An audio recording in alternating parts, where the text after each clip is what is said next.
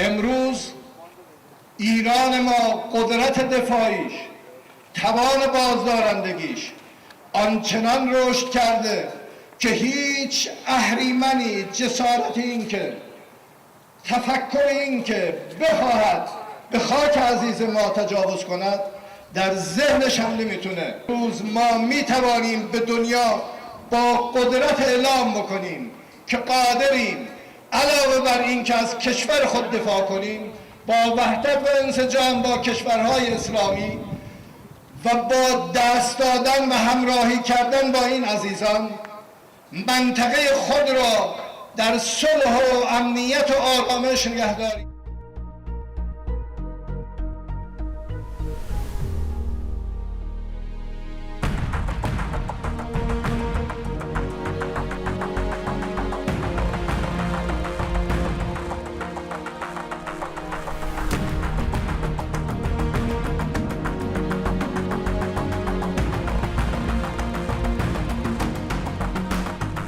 طرفشون مرد جنگی نیست، طرفشون آحاد مردمند.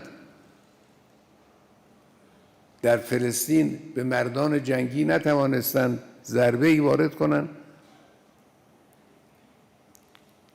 خشم جاهلانه و خباثت آلود خود رو سر بچه‌های کوچک، سر بیماران بیمارستان‌ها، سر مدارس فرزندان نو رسیده.